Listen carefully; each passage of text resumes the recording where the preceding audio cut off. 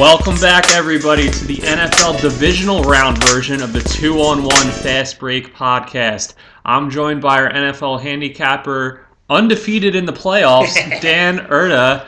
Dan, does the winning taste that much sweeter with delicious sushi in your stomach? Sure. Courtesy of me? Sure does. We just had some sushi on the house thanks to, if you turned in last week, not only did I recommend betting on Indianapolis, but Sean here disagreed with me, and we made a dinner bet, and seeing that Andrew Luck came through and Andy Dalton did not, we just had some delicious sushi on him, and now I am fat and happy and ready to go over this week. Yep. Some sushi fattening your stomach and some good bets last week fattening in your wallet. So Absolutely. Let's dive right in real quick on the wild card round action. You mentioned it, so let's talk about that first. Your one full play of the wild card round was Indianapolis -3.5, and they covered pretty easily for you there, and the final score was 26-10. Dan, anything you want to add about that game or talk about real quick? It's just so silly. If we really had any kind of restraint whatsoever, we would just wait for the first round of the playoffs and bet on the shaky quarterback on the road. Every single year, it's like clockwork. Bet against guys like Andy Dalton, bet against guys like Ryan Lindley. How did I not bet on that? How did I miss that? I mean, for as bad as Ryan Lindley was, and he had the worst playoff performance of any quarterback ever, Yes. there was still every possession Arizona had the ball in the second half, they were a threat to cover the game. And two of his interceptions were in the red zone. Yeah, they had the ball. The defense gave them the ball at the 8-yard line, and then the very first play, he throws a pick. So, any sort of reasonably below average quarterback play from him, and they not only have a chance to win the game, they probably would have covered because it was a really high line considering everything we knew going into that game about Carolina. You know what? I'm getting soft because I feel horrible for Ryan Lindley. And I feel horrible for Andy Dalton. Andy Dalton's now getting the rep. 4 times in a row he can't win in the playoffs. Well, he was throwing bombs to Brandon Tate all game. And he had Rex Burkhead lining up as a wide receiver. Yeah. Mohamed Sanu did nothing to step up. And A.J. Green was out. And then Ryan Lindley never should have been there in the first place. It's not his fault that he was the fourth option on the team. Yeah, it's something that Chuck Klosterman and always talks about when he's on with Bill Simmons, how strange it is to be like the 60th best person in the world at being a quarterback, but everyone just thinks you suck. Yes. Like he's in the top 1% of 1% of people that have ever played quarterback that are on this earth right now, but everybody thinks he's absolute garbage. Absolutely. Which I always weird. Keith Long writes about baseball prospects, talks about that a lot. People will ask him a question, say, "What do you think of this guy, my team's outfield prospect?" And Keith will say, "To me, he's more of a fourth outfielder than a regular." And people will be like, "Oh, you just hate my team. You hate him. You don't know anything." And he's like, "I'm saying he's one of the 120 best outfielders in the entire world." Yeah, there's only 90 spots for starting outfielders in baseball. So. Yes. And yeah, it's crazy. Like, it sucks. Now Ryan Lindley is known as the worst quarterback to ever play in a postseason game. And, he was on his couch 2 months ago. Yeah, there's a reason guys are third stringers. And it's doesn't really come up too often that those third stringers are propelled into having to start in a playoff game. And Bruce Arians is going to win Coach of the Year probably, but he was way too stubborn here. There were things he could have done to improve the team's chances. Say what you want, Vince Young would have been given the team a better chance. Tim Tebow would have given him a better chance. Terrell Pryor. Lindley never should have been there. And we've just gone off on a tangent about Ryan Lindley. We're still supposed to be talking about the Colts game. But to go back to the Colts game, quarterback supremacy there for Andrew Luck. It was you said the score of the game was 26-10. 26-10, and it really could have been 44-10. This was with Indianapolis fumbling the ball and Indianapolis dropping long passes in the first half. It was the right side to be on. It was just a bad line. Yeah, the Bengals were still covering as late as midway through the third quarter. And, I think I kind of expected A.J. Green to still play, even though, when we talked about this last week, he was questionable. But even though my whole reasoning was that he was out, and you just thought he was going to man up. Well, he was questionable. Yeah. That's... By its literal nature in the NFL designations, questionable means he has a 50% chance to play. I feel like when we did the podcast, he had already been downgraded to doubtful. I don't know, maybe. Maybe I knew that and you didn't. That's why we made the dinner bet. Yeah, maybe an inside information that you're withholding from me. I got But AJ Green on yeah, my Green cell was phone. out. Jermaine Gresham was out. That's kind of Dalton's security blanket at the tight end position. So if you're going to blame, I don't think I agree. I don't think it's fair to blame Dalton at all for their loss this postseason.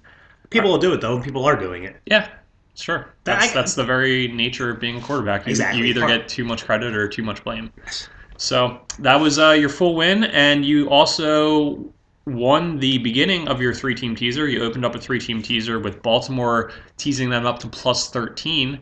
Turns out you didn't need to move that line at all because Baltimore actually won outright. Final score 30-17. So Dan, you liked Baltimore in that one, but did you expect them to win as handily as they did there? No, I expected the game in general to be closer. It kind of was a close game. Pittsburgh fell apart at the end. You could really notice Le'Veon Bell's absence. And then the Roethlisberger injury certainly. You know what? That was despicable that he came back into the game. He very clearly had a concussion. And not only that, Gronkowski was playing very well. Gronkowski converted a big fourth down, and he very clearly did not go through concussion protocol. Yes, how you cannot do that in 2 minutes. And even worse, Keith Miller did the exact same thing. Yeah. So shame on Pittsburgh, because believe it or not, we love football. We go crazy for football. We put our money on it, but these people's lives are a little more important than the game.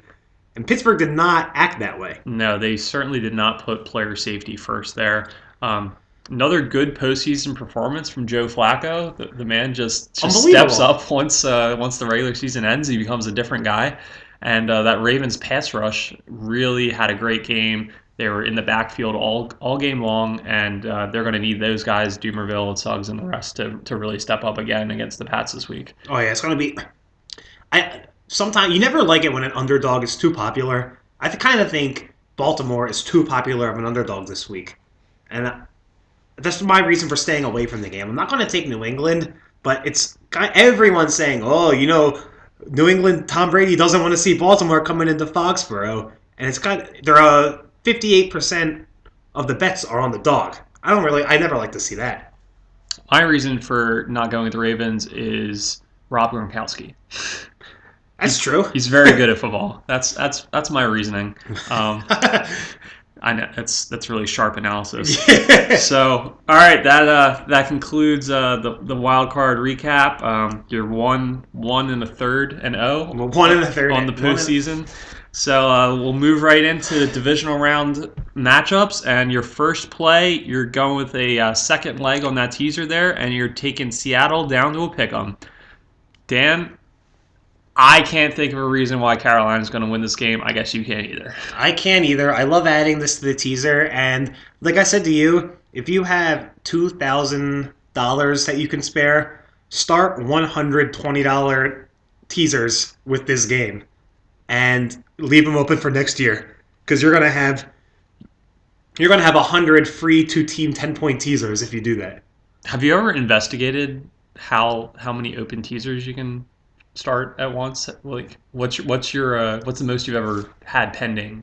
Me personally, or are you? Oh, I don't know. You don't know. Have you looked into it at all? No, because I've never done these things. Because honestly, I'm not at the point in my life where I can put $2,000 down to leave open for so long. I'd just be curious if, like, you did something like that, but you didn't want to spend a lot of money. You're like, oh, let me try 20 with $5 each or something. Yeah, that's a good idea. I would just be curious, because I know my book doesn't allow the open teasers. So. Open teasers are such a great thing, and I definitely think it takes a lot of the reason that teasers are generally sucker bets out of the equation, which is you force it and you have to play it right away. Right. I mean, back to this game, we don't have to talk about it. I think it's quite simple. I don't see Carolina going on the road to beat Seattle. They didn't even look good last week. No, they didn't. That's the thing. They fumbled a punt return. They had turnovers. They struggled to move the ball at times. Their defense played well, but it was against Ryan Lindley, so who really knows? And I'll say one thing. The last 6 weeks, Jonathan Stewart's been unbelievable. He's been very good. He's been the guy who they thought they were getting years ago when they drafted him, and he's never played like this. Well, he's just always had trouble staying healthy. Yeah. He's been good on a per carry basis throughout his career, right. And especially this year, he's having a very good year. But he's just always a guy. He had nagging injury, a hamstring or something, that would limit him. And then they always had D'Angelo Williams that was cutting into his carries, so we never had the volume work that jumped off the stat page to you. So yeah, he's looked good, and their defense has been good the last 6 weeks, but But he's not going to single-handedly beat Seattle in Seattle. no. And star Lodolei is out after he broke his foot in practice, so that Huge hurts. loss. That hurts their defensive line depth there. So just not a lot of reasons to believe that Carolina's going to win this one. So I like Seattle against the spread, but since I have this teaser open, I decided to do this. I think Seattle wins this game like 27-13. I agree that I also like Seattle giving the points. So that's your first play. We'll move on to your second play of the NFL action, because we got some non-NFL wagers for you folks this week. We got some fun coming up. Yeah. So your once again, you have one full play for the week in the NFL, and that is Indianapolis +7. So Dan, you talked last week about you're going to zigzag with the Colts. You liked them in the first round, but then, it's a great spot to just go against them the next week. But now I see you're going with Indy again. Yeah, I watched the game, and I was very impressed by them. If T.Y. Hilton holds on to 2 or 3 passes that he should have caught, it would have been an absolute blowout.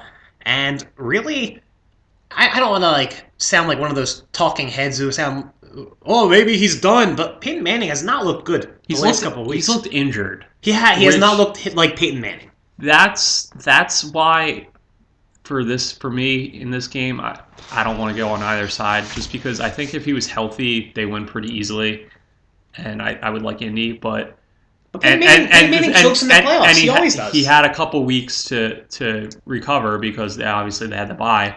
So, but if he was playing like he did the last month of the season, I absolutely would like the Colts +7 here. And 7 points in a playoff game is more than 7 points in a regular season game, because the teams are just going to do everything they can to keep it close. And I also think the fact that what we're talking about Peyton Manning, even if Denver wins, it's going to be by way of the ground. It's not going to be Peyton Manning airing it out, touchdown after touchdown. It's going to be a slower game. The clock's going to go by a lot quicker. I think 7 points is just a lot here. I really like Andrew Luck. I think this might be his year. This might be... We've seen him for years as the up-and-coming quarterback. This might be his arrival. And let me tell you something. I'm not sure if these stats, if this is perfectly correct, but it's something along the lines of Peyton Manning has 12 postseason losses. And I think he's 12-13 career in the postseason. And in his 13 losses, 10 of them, he was favored. Well, his teams are usually pretty good, so they're usually the higher seed. And he tends to not step up in these situations. And, I just see this game being sneaky close. I really like Indianapolis here. They got it done for me last week, and I'm going to stay on the train. All right. As I mentioned, if I knew that Denver was going to play how they did the last month, I totally agree with you. But Denver is just a better team if Peyton's back to how he was in the first half of the season, and the Colts just don't have enough pieces for me. They didn't play a great game against the Bengals. I think they played a really good game. Now, here's the thing. Dan Herron has to hold on to the ball. Yeah, they're running. They're down to but he played very well. A third guy that was a third stringer, and he's had fumble issues. Yeah, and that stinks because he's run the ball very, very well, and he caught like 10 passes or 9 passes. He was great. He just has to hold on to the ball. If he can do that, he's a very valuable player. All right, so that's your first, or that's your only full play for you don't want to take Denver for a dinner next week, do you? No, I don't. Peyton's, I don't know, man. He's looked hurt. He really has. Yeah. So I just don't know what to make of what the Broncos are going to do, and I need to see at least one game before I have a definitive opinion on their postseason prospects. Fair enough. All right, so Seattle down to a pick'em in part of your teaser, and Indianapolis +7. All right, so you have an opinion on the big game Monday night, and that of course is the first ever college football playoff national championship going on between Ohio State and Oregon, and you are siding with the Buckeyes. You like them getting +6.5. So Dan, the few times on this podcast you have gone with the college route, it hasn't worked out well for you.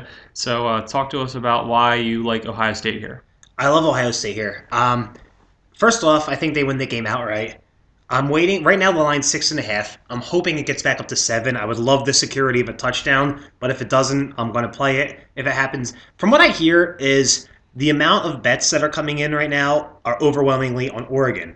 but the money is coming in on Ohio State. So it actually might move the other direction. So if it goes to 6, I'll pounce, but I'm just going to hold off and see if it gets to 7. Right now it's 6.5. I love it. I love this Buckeyes team. You know what? They keep on facing adversity this year, and every time they do, they just completely go right through it. First off, it was Braxton Miller's injury, then JT Barrett. They had to win as an underdog the last week in Wisconsin. Not only did they win, they destroyed them. They were very impressive last week, and now Urban Meyer gets over a week to prepare for this Oregon team. And I can't stress enough how good of a coach I think he is and how much faith I have in him. Urban Meyer, since he got to Ohio State, has been an underdog 5 times. His team won straight up all 5 games. Yep, he's 5-0 as an underdog. Yes, and that's an incredible statistic. Yeah. First off, the over-under this game is 76, which is unbelievable for a national championship game. I thought defense won championships. Though. The days of that are long gone. Yeah. But I think this is going to be a great game. I'm super excited to watch it, and I think it's going to be a really close game. So to get a full touchdown would be incredible, but just to have over a field goal, I like. And you know what? I might even sprinkle a little bit of money on the money line, but the 6.5 will be the play I'm announcing here. So Monday morning, say it's still 6.5. What would stop you from buying that half a point up to 7? I just don't like buying. You just don't like buying. I don't like letting that because I don't know how your book works. Mine is if you buy the extra half point, but it's to a key number, 3 or 7, they make you pay minus 125 instead of minus 115. I think mine would go, like if it was 110, it goes up to 120. Okay. I don't like that. I don't like laying all that juice. And like I said, I don't think you need it. I think Ohio State wins the game. Okay. And stay tuned on Twitter. I could make that the last leg of this teaser once Seattle beats Carolina. Plus 16.5. Yeah. All right. So keep an eye on @DanErta via Twitter.com for that one, or your Twitter app, however you use your Twitter. All right. So that's your sporting event wagers for this week, and special little segment for you guys. Golden Globes are this Sunday. And you may not know this about Dan if you don't follow him on Twitter and you just listen to him on the podcast, but he's actually quite the movie aficionado. If you're listening to me on the podcast and don't follow me on Twitter, what's wrong with you? I'm just thanks for listening to the podcast. if you don't follow Dan on Twitter, because that means either you're my mom or you are just a fan of reading the website. I'm sorry, Mrs. Kenny. I didn't mean that in a mean way. I'm just joking. Yeah, but. So we got some Golden Globe picks for you. Dan, he routinely cashes with these entertainment bets. I can vouch for him in that area. He's won me quite a lot of money over the years with the Oscars and everything else. So don't just toss these aside as a joke segment. That's not the case here. So he's got 2 plays for you. The first one, Best Actor at the Golden Globes, Eddie Redmayne. Dan, talk to us about the rising line, where you got it at, and what you want to do here. The line right now that you can take it at, if your book's like my book, is minus 350. We did log on to Bookmaker just before we taped this, and it's up to minus 500 there. I got it. It opened, I think, minus 175. I locked it in minus 250. Now it's up to 350. Take it at 350. As high as the minus 350 sounds, you should look at some of the other lines for these Golden Globes. This is one of the only things that you can get at less than minus 1,000. Yeah, favorites in these things are routinely like minus 1,800, minus 2,000. Which I always wondered if you could find a place to parlay them. I can't do that. No, none of them let you parlay that stuff. But yeah, I have in the past done stuff like $150 to win 10 on Stone Cold locks. But obviously I'm too risk averse to do anything more than that. But right now, Eddie Redmayne's minus 350. He was in a movie called The Theory of Everything, which was the Stephen Hawking bio. The critics and the voters go nuts over biopics. It's been going on for a long time now. Apparently, the way he acted, the way he talked, and just the way his body language mimics Stephen Hawking perfectly. It was very impressive. And his only competition for this is Benedict Cumberbatch in The Imitation Game. And I just don't think that movie packed enough of a punch to really make an impression. It's funny because Best Actress often comes from a movie that itself isn't that good, but the performance is great. But Best Actor seems to always come from a movie that's universally praised. And Redmayne is in a movie that is universally praised. Now, don't get me wrong, when the Oscars come around, I think I'm not going to be on him, but the Golden Globe splits up comedy and musical with drama. And this is the drama category. Yeah, best actor in a drama. I didn't specify that. And I think Redmayne gets this, and I think the fact that this is one of the few bets that I could feel comfortable taking at a somewhat reasonable price. Even though it is laying a lot of juice, it's not like if you want to take J.K. Simmons, you'd be laying 11 to 1. If you want to take Julianne Moore, you're laying 10 to 1. Here you're only laying, in my case, 30, or right now on my book, 35 to 1. But it's certainly 3.5 to 1, not 35 to 1. Yeah. But it's certainly more reasonable than the other ones. All right, so that's your first play for the Golden Globes. Your second play, Best Actress category, and this is in the comedy or musical. And not drama, because Julianne Moore has that locked down. Yeah, do not bet against Julianne Moore. This is for the comedy or musical category. And Dan, you like Emily Blunt for her performance as the baker's wife in Into the Woods. I like Emily Blunt for her performance as the baker's wife in Into the Woods. A musical I participated in Did middle you? school, by the way. Were you a lead? Or I was Jack. Oh, I mean, quite frankly, I never saw it yet. Is Jack a lead role? He's probably like the fourth lead. All right. Yeah. So had one solo. Fantastic. Not gonna say I brought the house down, but I tried to. I was Zac Efron before Zac Efron was Zac Efron in High School Musical. Oh, that could have been you. Yeah, it could have been me. I actually Wildcat. Yeah, I had to quit the next musical because it overlapped with basketball season. I felt like High School Musical was my story. That's really funny. I didn't have the internal fortitude to fight for my right to do both like he did. But you live and you learn. You couldn't have had a group of friends to stop the basketball game at halftime No, so you could rush to perform. No, they didn't they didn't stop and do a musical dance number in the hallway. I mean, what? I never saw High School Musical. I don't know what you're talking about. Let's be honest. We all saw High School Musical. If you say you didn't, you're lying. You're lying. All right, but back to Emily Blunt. Her main competition is Amy Adams for Big Eyes. Yes, and I saw Big Eyes, and Amy Adams just kind of looks like a woman who doesn't know what's going on the whole time. It's a mediocre performance. She's getting nominated because she's Amy Adams. She's a great actress. I actually, like he said, I'm a movie buff. I have all the respect for Hollywood and the actors and the actresses, and Amy Adams is fantastic. There was nothing spectacular about her performance, and from what I hear, Emily Blunt, she has the singing angle. It's something a little different, and it's more of, it's going to be her or Amy Adams, and I just couldn't. Amy Adams was very average to me. I think Emily Blunt's going to pull this out, and like I said, is one of nowadays with the internet and everyone knows what every critic thinks about everything. The odds are so high on the favorites that if you want to bet on these awards, you have to look for the ones that have lines that are low. And the line's low in this because it's pretty much just a 2-horse race. So I'm picking the horse that I think is going to win. Emily Blunt minus 120, by the way. I don't know if I mentioned minus that 120 for you listeners. So yeah, basically an even spread for which is hard to come by in these entertainment awards. So Eddie Redmayne and Emily Blunt are your winners in the Best Actor Drama and Best Actress Comedy or Musical categories, respectively. And next Thursday we got the Oscar noms coming out, so hopefully we'll get some competitive fields there, so we can have more things to bet on. Maybe the Critics Awards. Who knows?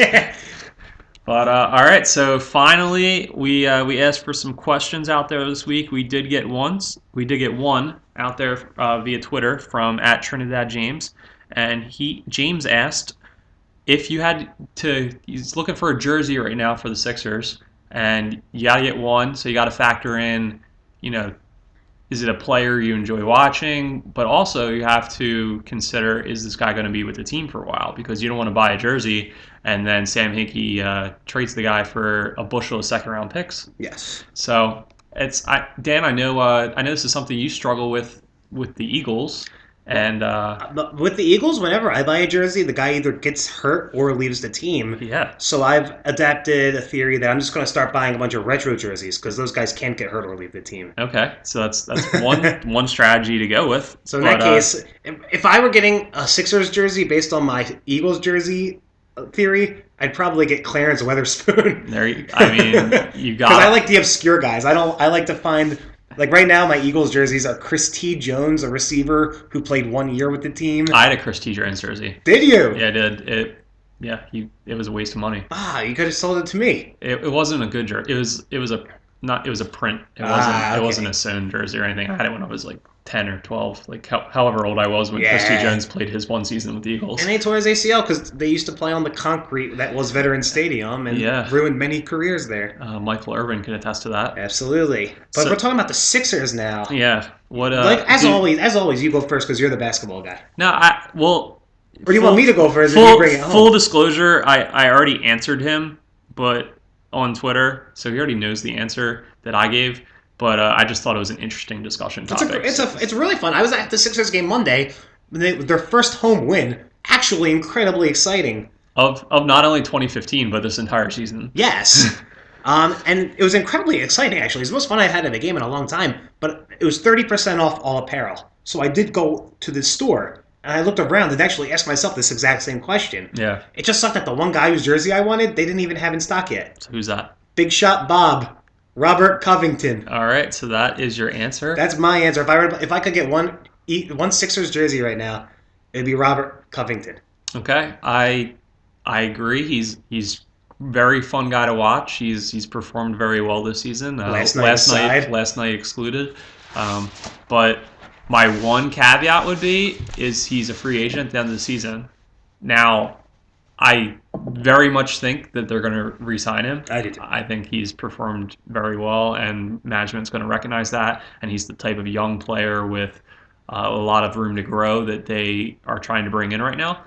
But that's the one thing for me is that he's a free agent at the end of the year. So while you say it's very likely that they re-sign him, it's not even a guy that's under contract for next season. So Fair. that would be my hesitation with him. That wipes out KJ McDaniels too, then, correct? Yeah, it does. Although he is a restricted free agent, so they can match. But for the same reason, I like McDaniels a lot. But for that very same reason, he was not my answer either. My answer was Joel Embiid. And The guy who may never play, or he's yet to step foot on the court.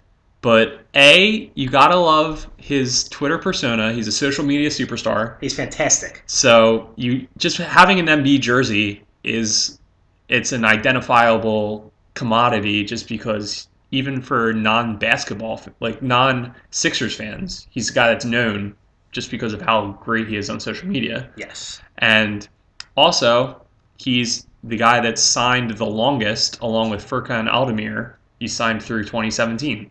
At least Furkan Aldemir's played though. Yes. Getting out of a 0.10 rebound line the other night. Yeah, he's a good rebounder. He sets really hard screens. He's the only guy on the team that knows how to screen well. So I like that. I like him as a backup. So no problems with Aldemir. I actually said to James that if you really want to go obscure, he'd be my guy. But Embiid signed the longest on the team, and there's very little chance. Like they could trade Noel or MCW. I could see that happening. Embiid, I couldn't see that happening because if he's playing to his potential, he's going to be the superstar they're looking for, and they're obviously not going to trade him. But if he's hurt and he's not living up to his potential, then he's not going to have the trade value that they would be looking for on a first-round pick. So either way, he's not a guy that they're going to be looking to trade. They're kind of like hitching their wagon to him either way. So signed the longest and doesn't have a high probability of being traded. So and he's a fun person, fun persona, and guy you would enjoy owning his jersey, I think. I like Embiid a lot. I love that he's on the team. I love what I saw last year at Kansas. I love the Twitter thing. I'm big on Twitter. I love guys with a sense of humor. And I think guys like that who just have good personalities are easy to root for. And I like it a lot. The only thing is, A, he hasn't set foot on the court yet. B, he's getting a little chubby for a guy who hasn't been playing. Well, he can't really run. Yeah, I did see his. Did you see that picture? The pictures from last game. He was shooting around with the team. He looked a little chubby, but he's had foot surgery. Can't really run. I feel like he's been making like late night runs to Pats and Geno's every night. That's probably good though. Like, did you see the pictures of him when he was 16, 17 years old? Yeah. There's a picture I brought up right now. 2011. This dude says less than 4 years ago. And he looks like one of those kids in the commercials who they're asking you to feed. He's from Africa, so it's not too much of a stretch for that comparison to be made. So yeah, it's not the worst thing in the world that he's putting on some weight. I understand You put on that. the weight and then you work out with an NBA training staff, and then you turn that little bit of fat into hardcore muscle. That's how it works. Hey man, I can't argue with you. I like Embiid a lot.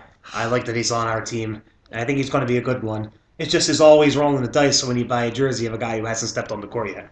Hey, I agree, but you never really know. So you just got to just hope for the best when you make that $80 purchase or whatever for a jersey. All right, so that concludes this edition of the podcast.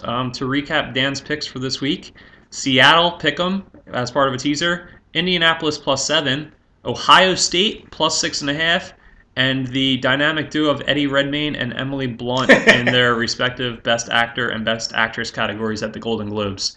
So take those picks for what you will and enjoy all the action, both NFL, college, and otherwise this weekend. And we will talk to you next week. Good luck, guys.